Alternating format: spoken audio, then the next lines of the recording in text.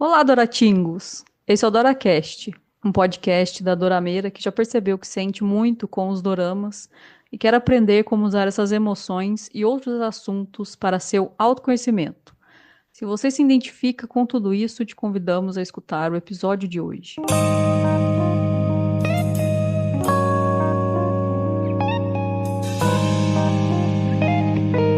Olá, Doratingos! Eu sou a Elisa e do outro lado está. E eu sou a Ellen. Olá, Doratinhos. Como estão? Espero que todos bem. Então, sejam todos bem-vindos ao último episódio do DoraCast, da segunda Ah, temporada. então tem mais, tá? Tem.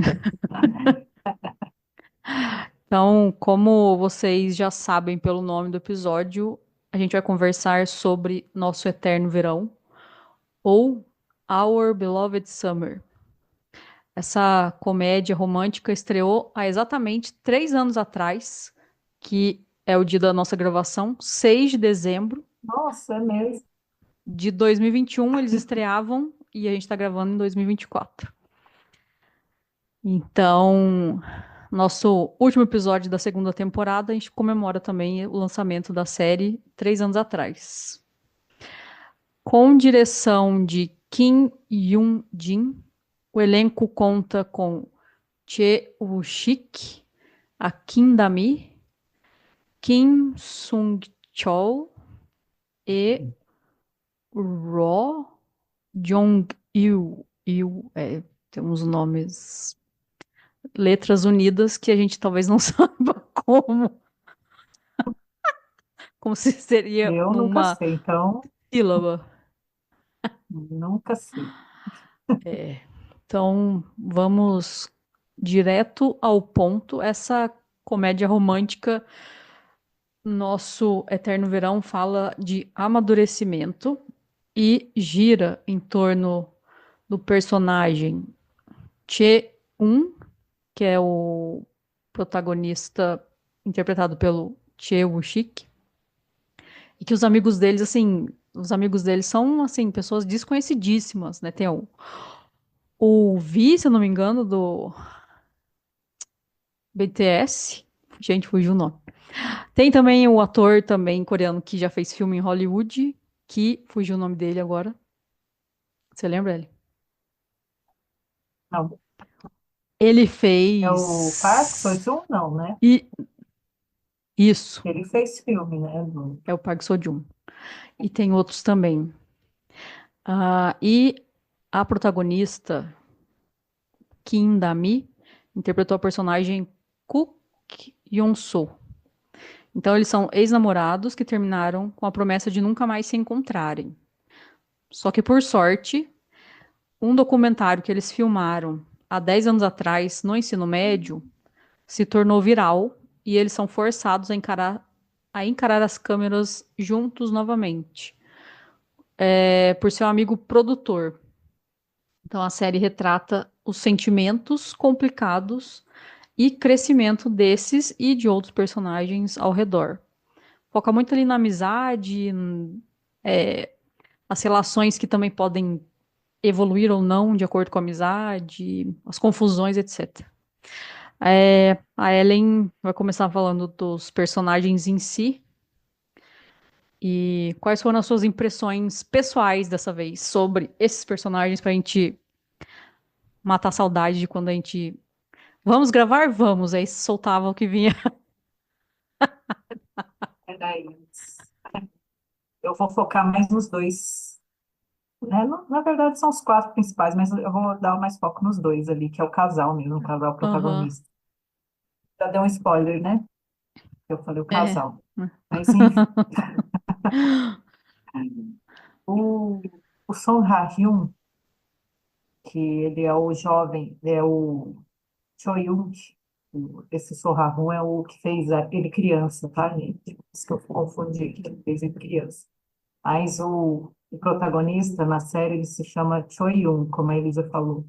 Ele tem 29 anos e tal, e ele era um cara muito tranquilo, assim, com relação à escola, essas coisas, né? Ele era, assim, tanto que ele era o último classificado, né? Porque lá eles têm uma uma relação, né, na escola disso de primeiro e último, eles fazem uma lista lá, né? Não sei, vocês que assistem doramas já entendem isso, né? Quem não assiste, gente, lá eles têm essas classificações lá de primeiro, de último. Então ele era o último e para ele estava tudo bem, ele não era muito preocupado com isso. A família em si, sim, né? Porque cobram deles isso por conta de lugares no futuro aí na sociedade. Mas enfim, ele era uma pessoa tranquila, ele não sabia muito bem o que ele queria. Então, ele ficava lá deitado, dormindo. Os pais dele tinham um restaurante.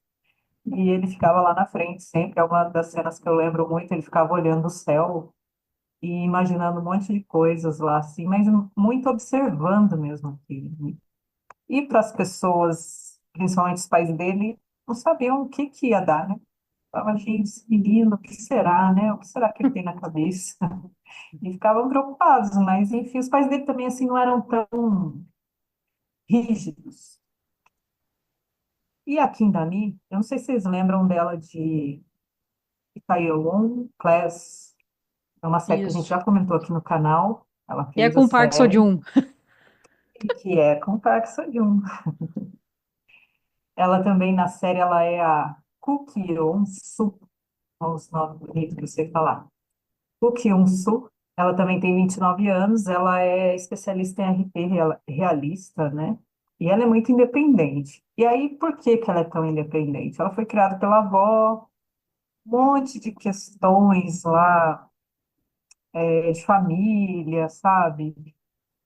Muito relacionada a dinheiro, a família tomou tudo e deixou ela na pior com a avó, então ela tem que cuidar da avó, a avó trabalha muito, ela também tem que trabalhar bastante, então tem uma dinâmica familiar ali que faz com que ela, esse ferozmente independente aqui, eu, né, lendo isso, me conecta muito a isso, de ela sempre ataca antes, né, porque ela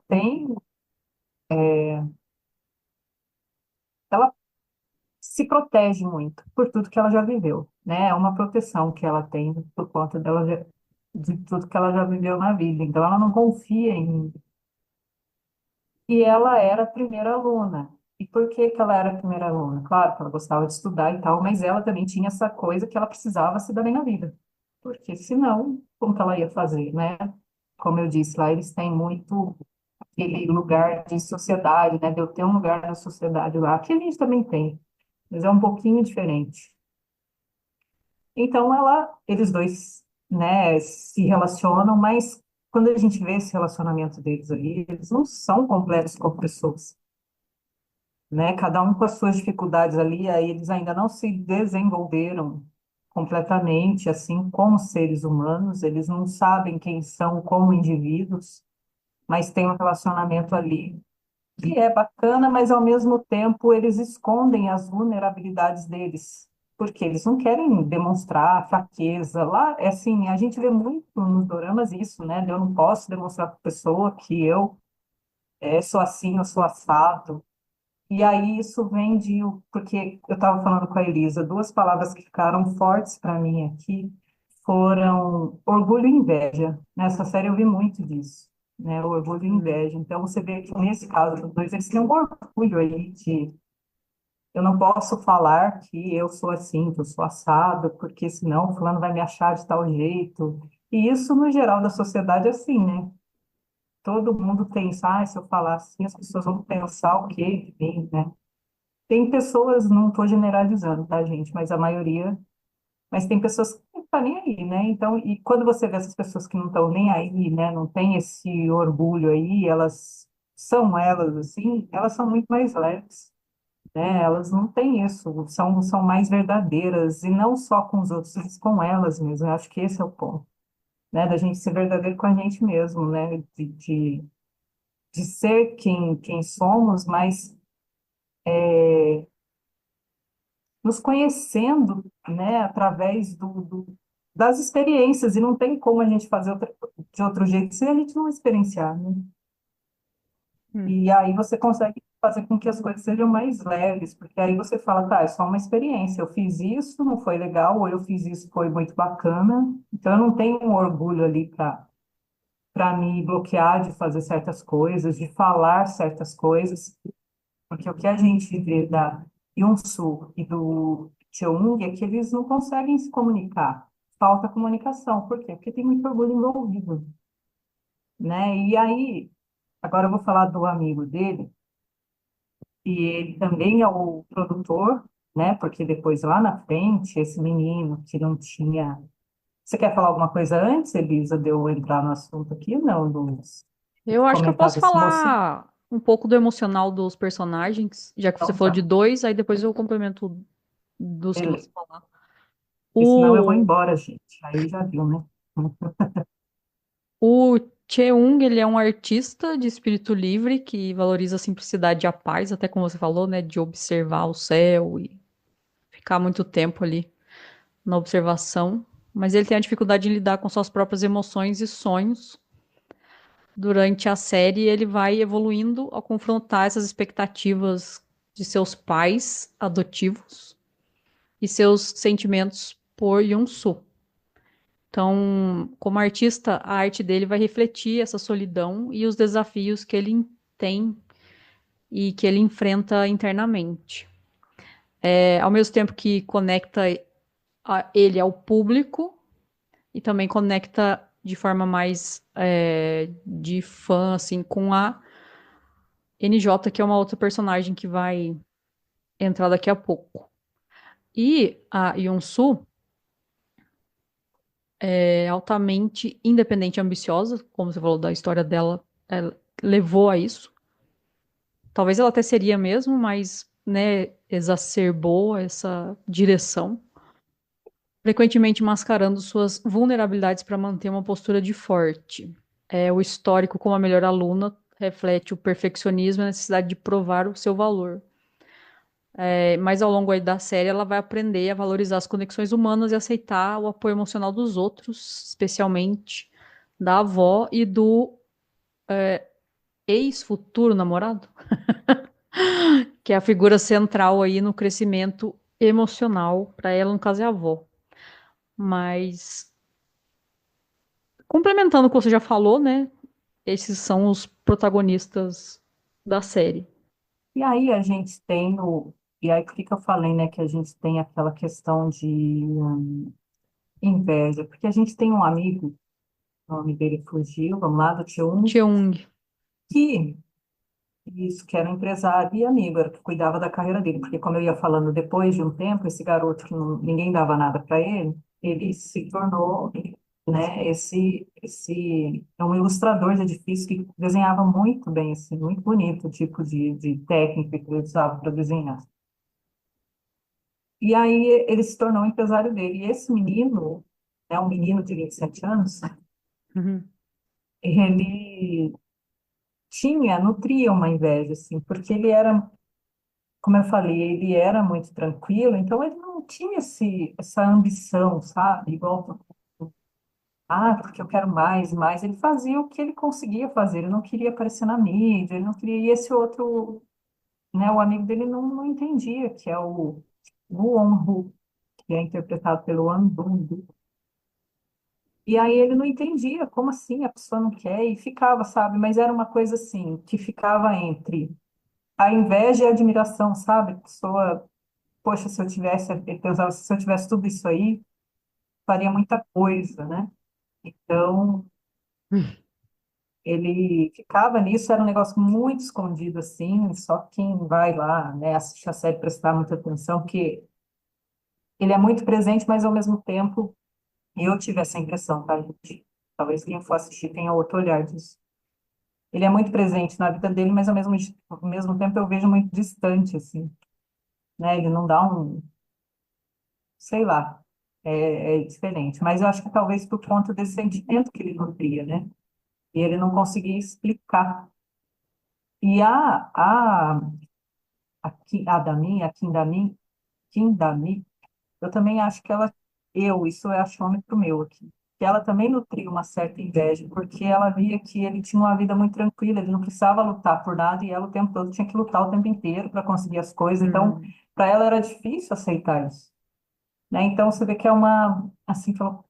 que a pessoa pensa em certos momentos, talvez se eu tivesse a vida dele, eu não faria assim. E foi nisso que eu me aprofundei aqui. Até eu estava falando com a Elisa que eu não escolhi nenhum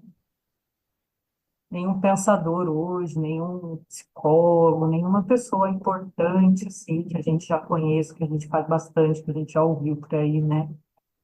Eu escolhi analisar por mim mesma, né? Eu fazendo a análise dessas duas palavras, e eu falo não porque eu sou a pensadora universal, não é isso, não.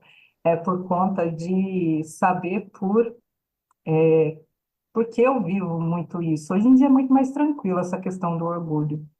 Mas eu já vivi muito isso e é difícil porque a gente esconde coisas que você não quer que os outros saibam, mas não é só por não saber, você fica assim, você não quer que saiba porque é vulnerável, né? Você fica vulnerável nos outros, isso é o que você pensa. Só que conforme você vai fazendo isso, você vai deixando de viver a vida, né? Porque você fica restrito ali, você fala, nossa, eu não posso fazer isso, porque as pessoas vão saber disso.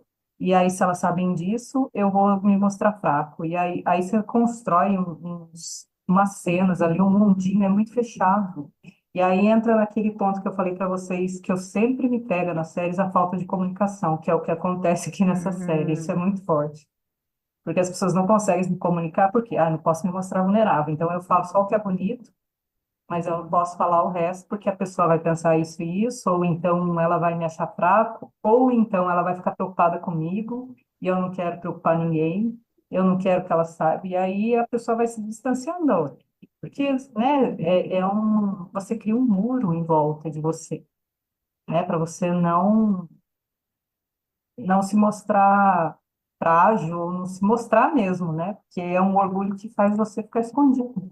Era o que aconteceu com os dois tinham orgulho. E ela tinha mais essa nuance aí de uma inveja, não pelo que ele tinha, mas pelo que ele podia ser ali, tranquilo, sem estar preocupado com nada. E o que acontece com eles no ensino médio lá, exatamente por isso. Porque um não falava o que sentia, mesmo eles se gostando pra caramba, eles não conseguiam falar e eles inventavam qualquer motivo para se afastarem, para não ter que se mostrarem um para o outro como eles realmente eram. Então, tamanho do muro criado por conta de orgulho, né? Então, por isso que eu falo, né? Eu tô falando aqui por causa, né, de conhecimento da causa, né? Você cria lugares que as pessoas elas não conseguem ficar próximas de você, de jeito nenhum, porque você é sempre uma pessoa estranha, né? Mas não é só com os de fora, isso é com você mesmo, né? Você acaba se escondendo dentro desse mundo que você criou, porque você não sabe mais sair. Então, né? Tudo que você faz ali, você está fazendo em prol desse orgulho, para você não se mostrar como você é, para as pessoas não saberem como você é. Então é muito difícil viver assim. Isso é uma ilusão, né? Você vive uma ilusão. A gente tem mais dois personagens que aparecem muito na série, que um é um amigo que a Ellen já falou, é o Kim Jung, que é um amigo. Esse é o nome do personagem. Ele faz o melhor amigo do Cheung e é diretor do documentário quando eles estão lá nos 29 anos, 27 de idade, e já se passou 10 anos lá do documentário que eles fizeram na adolescência. Então ele é um personagem complexo, lida com a ausência emocional da mãe e a sua paixão não correspondida pela Yun-Soo. Esse arco mostra a importância de enfrentar traumas familiares e encontrar um equilíbrio entre o dever profissional e as suas emoções. É isso, eu lembro de ter um jogo ali de.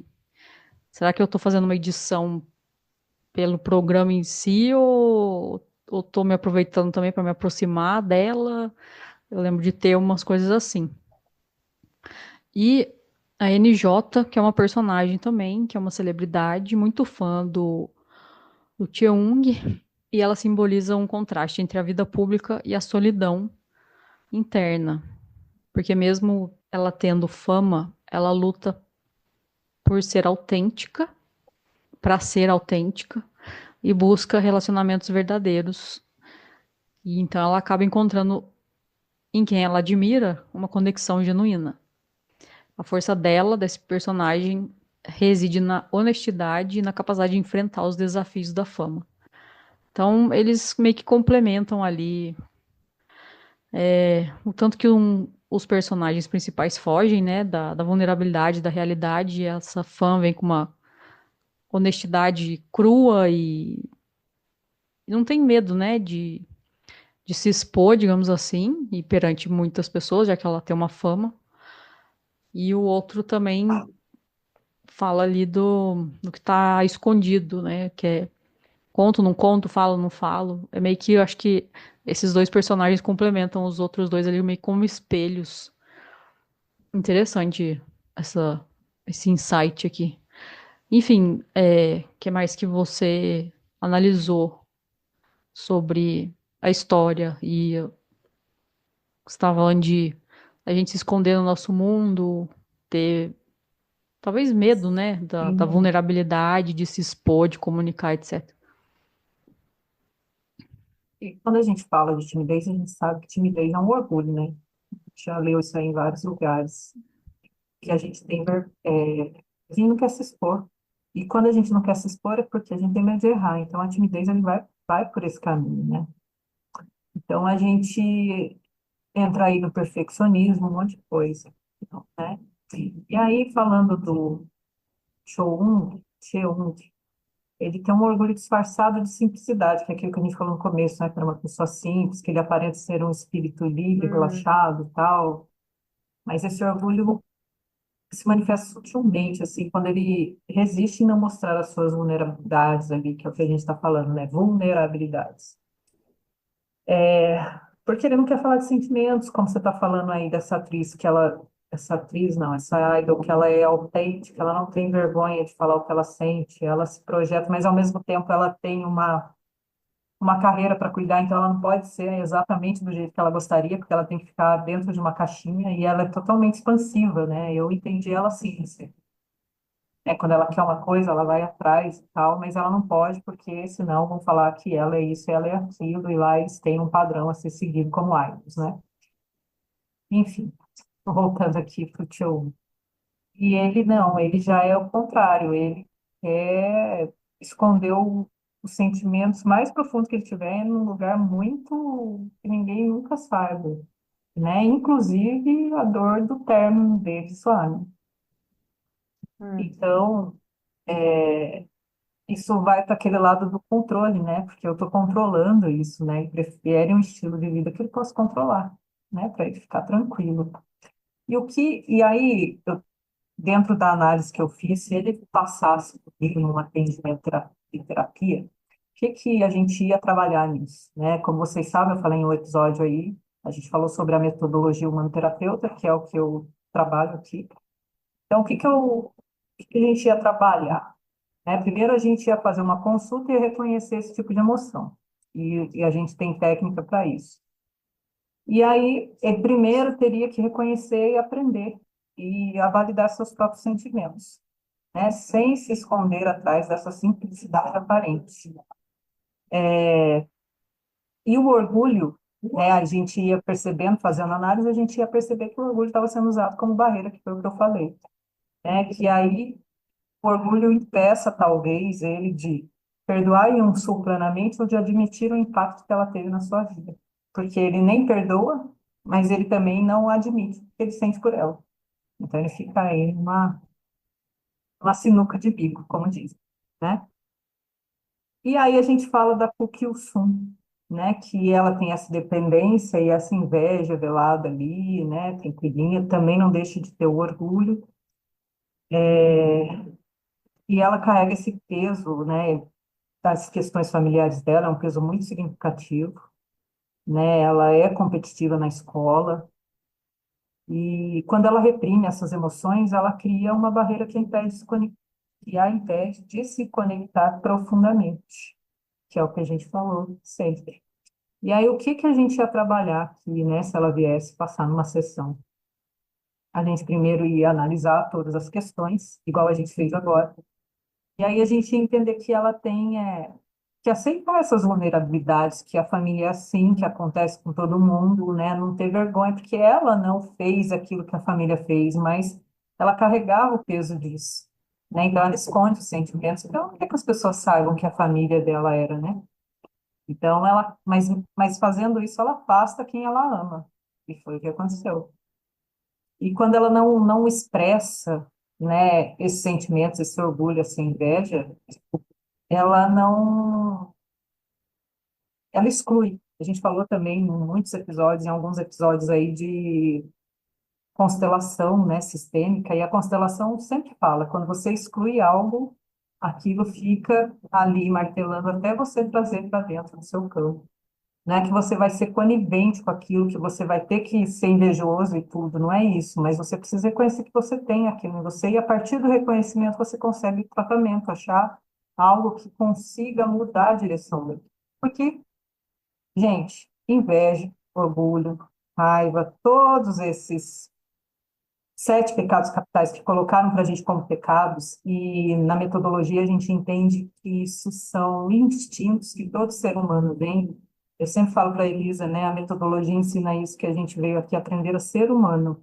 Então, esses instintos é o que a gente está aprendendo a trabalhar, que são as emoções, essas emoções que a gente tem forte dentro da gente, e que todo mundo tem. Então, tá, mas eu não sinto inveja de jeito nenhum. Tá bom, gente, olha aí num cantinho, pode não sentir no nível de uma outra pessoa, aquele tipo de pessoa que quer tirar a vida da outra para ficar no lugar dela, né? Tem esse tipo de inveja, mas todo mundo tem uma pontinha aí, né? Aí quem não tem, me perdoe, como eu generalizei aqui, né? Me perdoe que pela generalização, mas como eu trabalho com todos esses instintos aí, a gente entende que todo o pessoal, todos os seres humanos aqui têm, e, e uns com mais predominância de certos instintos do que os outros. Então, talvez a sua inveja seja muito mínima, sei lá, 1%, mas em compensação a raiva seja 90%, sabe? Esse tipo de coisa. Então, cada um vem com um pouquinho maior, um menor, mas todo mundo tem. Então, como a Insu, ela reprimiu isso, as ações que ela escolheu foram moldadas por esse tipo de sentimento. E aí aqui a gente ia reconhecendo o tratamento, ajudando eles, os dois, com cada um com o seu instinto ali, nós trabalharíamos, né, de formas individuais, cada um o seu. Por quê? A gente ia fazer com que eles entendessem as qualidades também que eles têm, não só as vulnerabilidades, mas como eles são um todo, porque isso faz a gente ser um todo, né? Então, quando você é um todo, você é um indivíduo completo, você não vai se juntar com outra pessoa para ser metade de nada, porque você já é inteiro. Então, vocês se unem para vocês somarem, não para vocês, Uhum, né, serem metade de cada coisa. Então, a série, nesse caso, para mim, o ponto principal é isso, né? Ajudar eles a serem inteiros primeiro, para depois entrar numa relação. E aí sim, eles vão conseguirem compartilhar informações sem medo de julgamentos e condenações, porque isso é outra parte que o ser humano gosta de fazer muito, julgar e condenar, né? Então, isso já não teria mais, porque eles teriam condição de entender que cada um tem o seu jeito de ser, tem a sua história, e é essa história que faz a gente ser o que a gente é, inclusive para o outro, para estar bem com o outro. E aí a gente acaba com aqueles pontos de mal entendidos, que eu não falei por isso, não falei por aquilo, e aí começa a ter uma unidade ali, né? De sinceridade, de compartilhar mesmo a vida, de acrescentar na vida do outro, não metades. uhum. E aí, meu povo, Doratinhos, queridos do coração, para a gente terminar aqui, né, a minha parte, porque hoje eu estou falando mais com Maritaca, eu vou resumir aqui o que que aconteceria então se uma pessoa viesse fazer o tratamento dentro da metodologia humanoterapia. A gente daria para eles essa lucidez, né, de quem são e como funcionam, né, eles começariam a prestar mais atenção, né, neles próprios ali, eles começariam a ficar mais atentos ao que eles estão fazendo, e a metodologia os guiaria a enxergar os episódios do passado sob um novo prisma, entendendo que as suas ações foram formas de lidar com feridas profundas, né? O jeito que eles sabiam, né? Não tem culpados, não tem algoz, não tem vítima, é o jeito que eles sabiam fazer, né? De acordo com a maturidade que eles tinham, tudo isso aí. E mostrar como o orgulho e a inveja podem se complementar em uma dinâmica de casal, incentivando-as a se apoiar onde o outro é mais vulnerável, né? Então, aí é aquilo que a gente fala de complemento, não de separado, né? A minha metade com a sua metade, não. É junto, né? E aí aconteceria um amadurecimento emocional, né? Ambos precisam transformar seus padrões reativos, e um Su sendo controladora e Jung evitando confrontos, né? Em respostas mais conscientes e alinhadas ao momento presente, que é aquilo que a gente sempre fala aqui.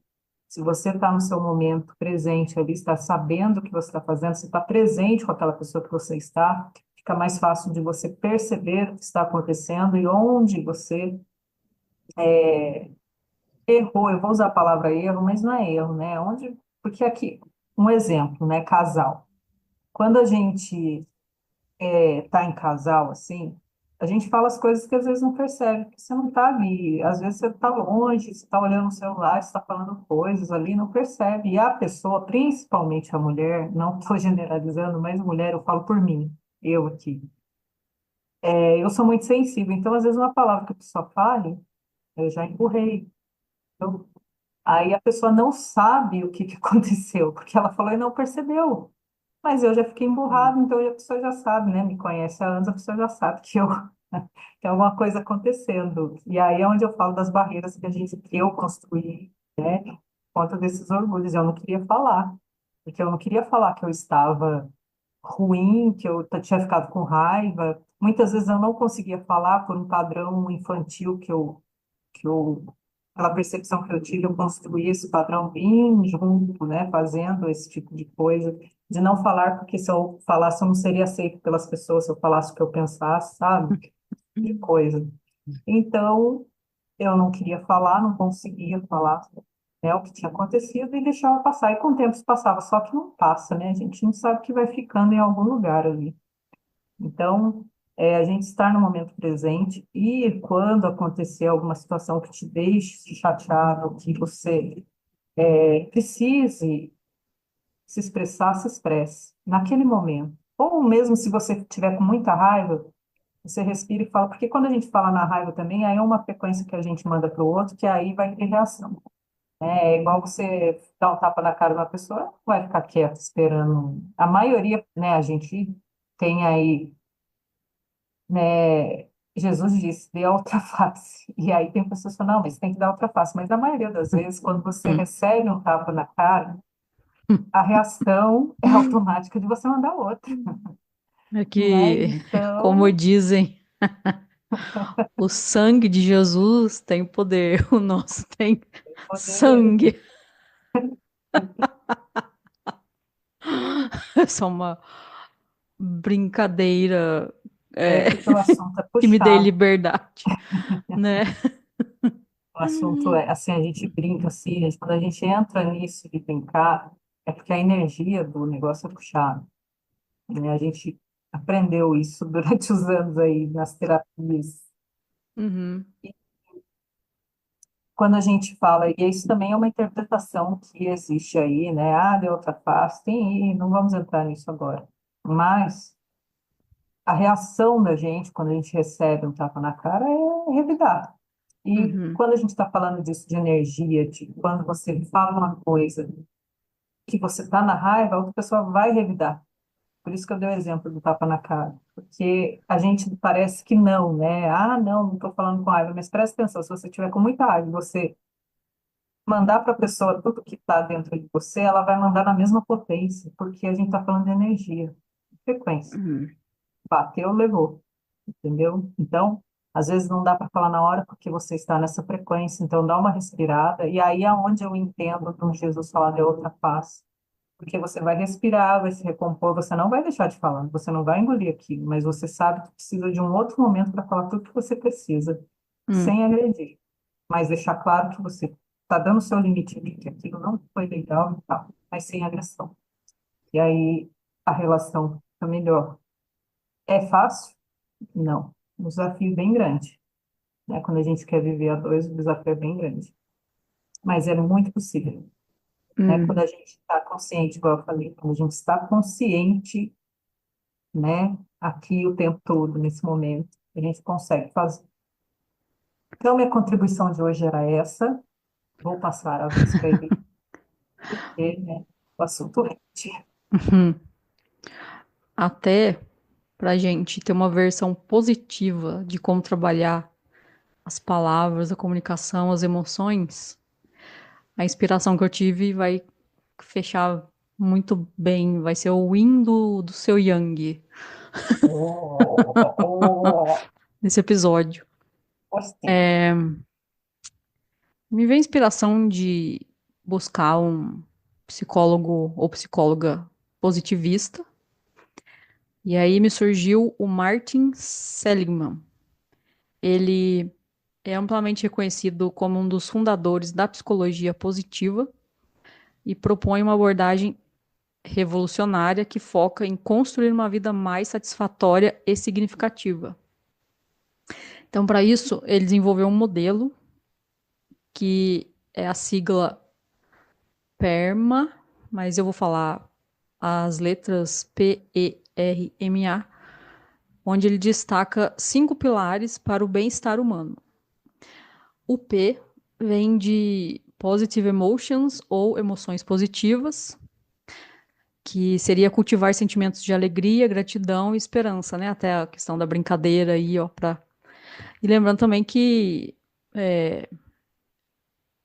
emoções mais alegres, felizes, tem uma vibração mais alta também, alguma escala, escala Hawkins, se eu não me engano.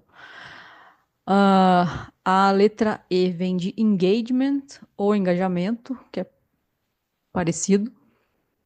Envolver-se profundamente em atividades que nos desafiam e nos dão prazer. Então não é só no prazer, é também no desafio.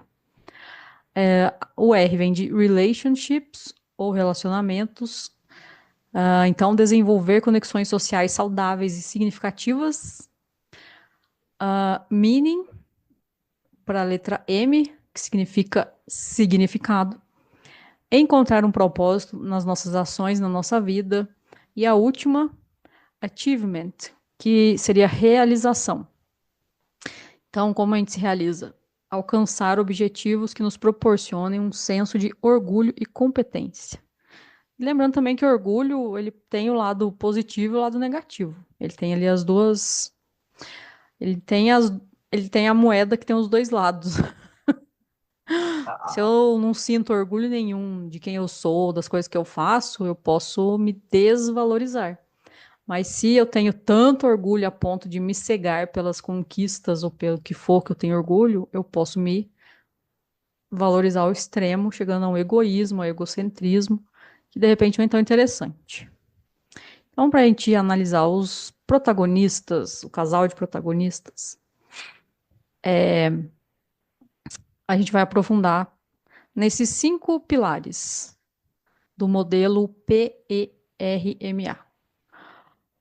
No caso do Cheung, que seria o nosso protagonista masculino, as suas emoções positivas vêm de um lugar de que, mesmo que aparentemente ele seja uma pessoa calma, internamente ele luta para encontrar alegria na sua vida. A arte dele é uma saída emocional, que oferece momentos de satisfação, mas também ele precisa entender e aprender a cultivar emoções positivas nos seus relacionamentos pessoais. Na questão do engajamento, ele se perde no processo criativo, ilustrando perfeitamente o conceito de fluir, de flow, onde a atenção está tão focada na tarefa que o tempo parece desaparecer. Quando você faz aquela coisa que você gosta tanto e você imerge naquilo, não sei se é essa palavra, mas você faz e não esquece de comer, esquece até de dormir, se for o caso. Na questão de relacionamentos, a reconexão com a Yun-Su e o vínculo dele com o Jung refletem um poder transformador de relacionamentos genuínos. Apesar dos pesares, de todas as emoções que a Ellen comentou, eles são relacionamentos verdadeiros entre eles ali. Então ele percebe que a conexão humana é vital para o bem-estar dele. Significado. A arte de Cheung é a tentativa dele de dar um sentido ao mundo, mas ele só encontra o verdadeiro significado ao aceitar suas emoções e histórias de vida. Que foi o que Ellen comentou também da terapia. A gente tem que reconhecer e aceitar e perceber, peraí, eu não sou só arco-íris e algodão doce. Também sou Exatamente. lua, escuridão, caminhos que eu não enxergo, etc, etc. E as conquistas, que seria o último pilar, realização, né? É reconhecer que como artista, isso é um marco para ele, mas a sua maior realização é a capacidade de enfrentar os seus próprios medos emocionais e construir relacionamentos mais saudáveis.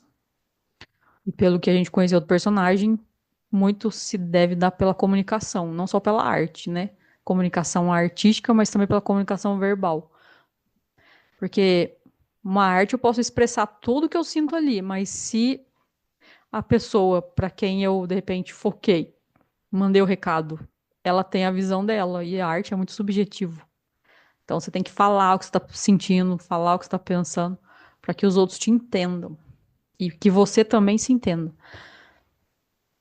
Mesmo porque, né, Liz, só cortando você um pouquinho, Sim, aqui a comunicação, a gente faz esse DoraCast aqui falando dessa série, mas a percepção que a gente tem ali pode ser que quem tem assistido e venha ver o episódio fala, nossa, nada a ver com aquela celular, né? Que é o que você também. falou, é subjetivo, né? Cada um vai ter a sua Sim, percepção aí da série, né? a arte é subjetiva, né? Exato. Aliás, acho que tudo é subjetivo. Tentam nos enganar em algumas coisas, mas na É, verdade tudo é subjetivo. eu também acredito nisso, porque é de acordo com a percepção que a gente tem, Sim. né? Inclusive, quem faz certos trabalhos é dentro daquilo que ele viveu. Uhum. É, e a nossa protagonista, a Yonsu, as emoções positivas que ela traz, como uma pessoa extremamente prática, ela frequentemente deve reprimir emoções positivas, porque ela prioriza o trabalho sobre a felicidade. Só que quando ela reaproxima do Ung, ela vai perceber que as suas emoções vão ajudar a desbloquear sentimentos que talvez ela deixou muito ali no fundo para poder viver, sobreviver, né? Para poder entrar nesse modus operandi de luta. Eu preciso fazer dinheiro, preciso me sustentar, sustentar minha avó, etc. Eu preciso manter o meu status, talvez, de primeira aluna de 10 anos atrás, etc.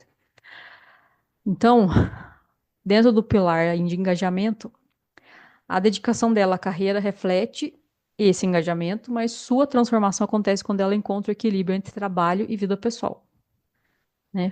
Equilíbrio a gente sabe que não é 50-50, mas se a gente não tentar equilibrar trabalho e vida pessoal, trabalho e descanso, lazer, etc., a saúde vai pro beleléu. Se aqui ainda existe essa palavra. Existe. Nos relacionamentos, que seria o terceiro pilar, a Yun-Su aprende que independência não significa solidão. Sua relação com Ung e o cuidado com a sua avó são fundamentais para o seu crescimento emocional. O pilar de significado traz que o amor e a vulnerabilidade dão um novo propósito à vida da personagem e mostram que o significado pode ser encontrado em momentos simples e nas relações com os outros. E as conquistas, né, as realizações da personagem Koo Kyung-soo vêm da realização pessoal como mais importante que a profissional. É ela entender que ela não precisa ser perfeita para ser amada, que também volta no que a Ellen comentou. E, e a gente está numa configuração de relacionamentos. Por mais que a gente tente se isolar, não tem como, 100%. Inclusive, as nossas células estão em relacionamentos com outras, nossos órgãos também, os sistemas se relacionam com outros sistemas, Pois é. né? Então, como pode ser mais fácil viver num mundo em que estar só é interessante, mas que não precisa ser todo tempo, todo instante. E também é, né? Porque você, por você, é uma pessoa só. Enfim, é chover no molhado.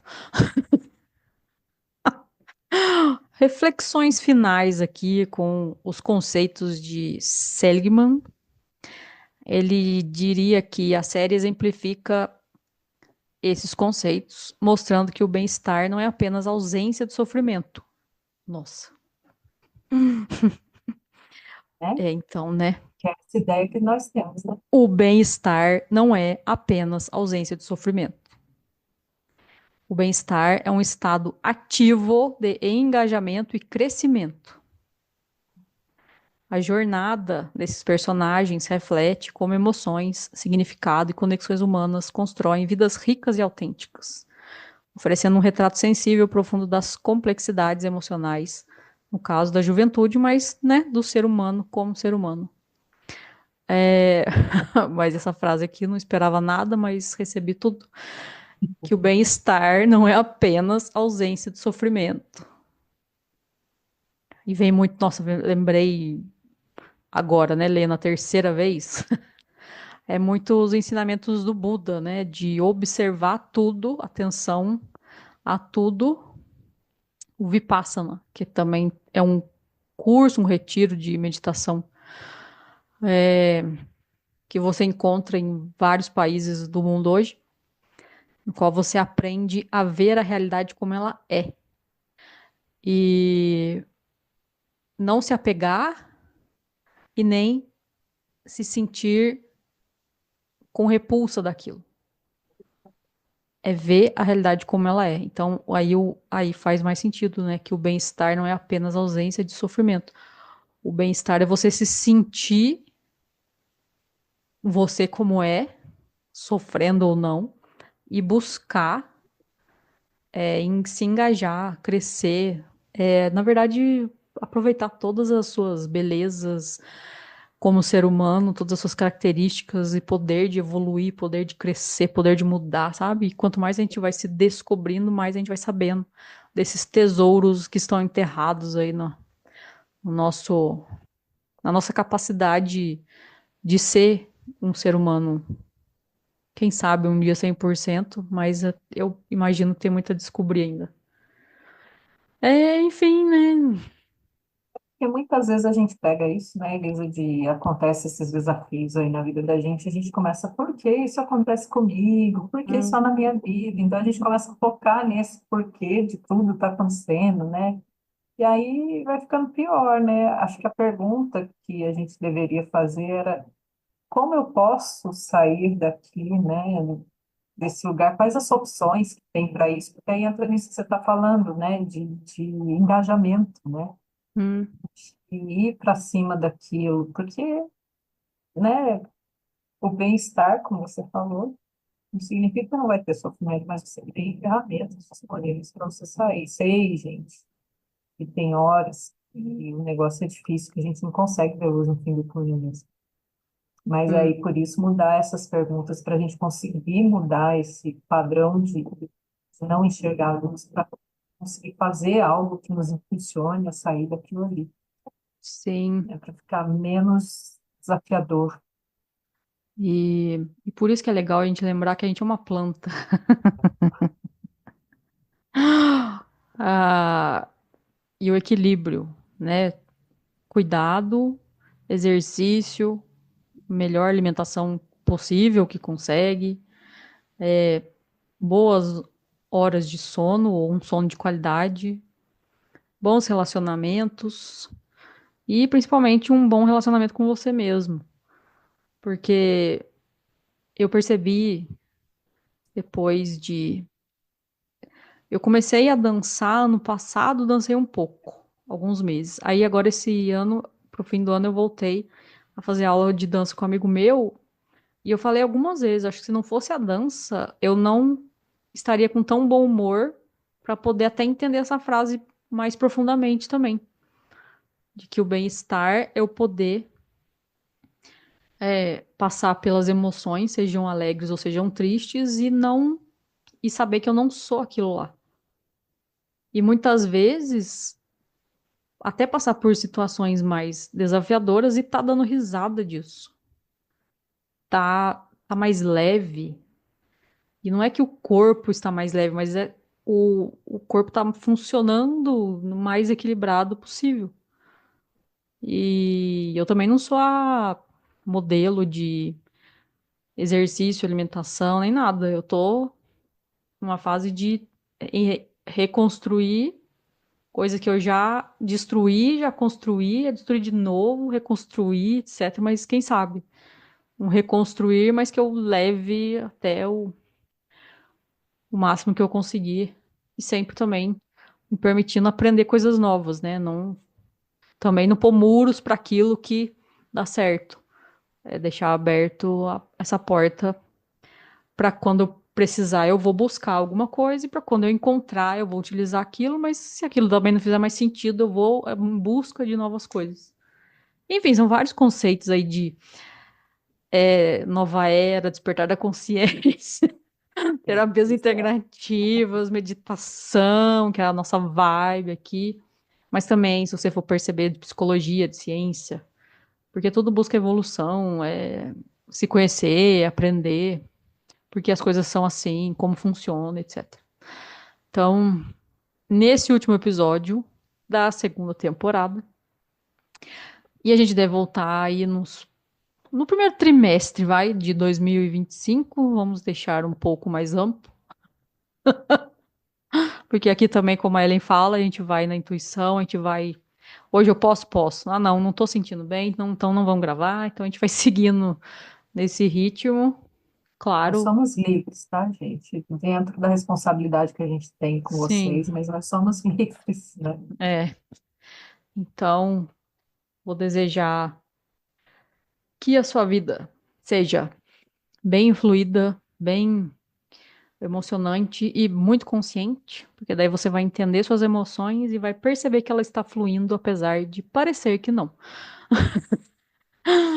E que você tem o poder todo dentro de você, só basta Só basta acreditar, né? tudo que Tudo quiser, que quiser tudo que tiver de ser será, não, tudo que você quiser ser, você será, provavelmente. será. Exato. Certo, Noelle? Certíssimo, Elisa. Desejo também a todos os baratinhos que tenham um ótimo final de ano aí, né? Que conquistem o que desejam. E se não nos segue, nos sigam nas redes sociais, né? Curtam, né? Compartilhem os vídeos do canal, no TikTok, falei já. E no Instagram, a gente tem uns, eu não queria falar o nome, mas já falei, né? Então, mas tá tudo bem. A gente tem uns conteúdos bacanas de indicações, de coisas um pouquinho diferentes do canal do Spotify e do YouTube, mas que Uhum. complementam tudo isso que a gente faz aqui no podcast, tá bom? Então, fiquem todos bem, e é isso. Até mais.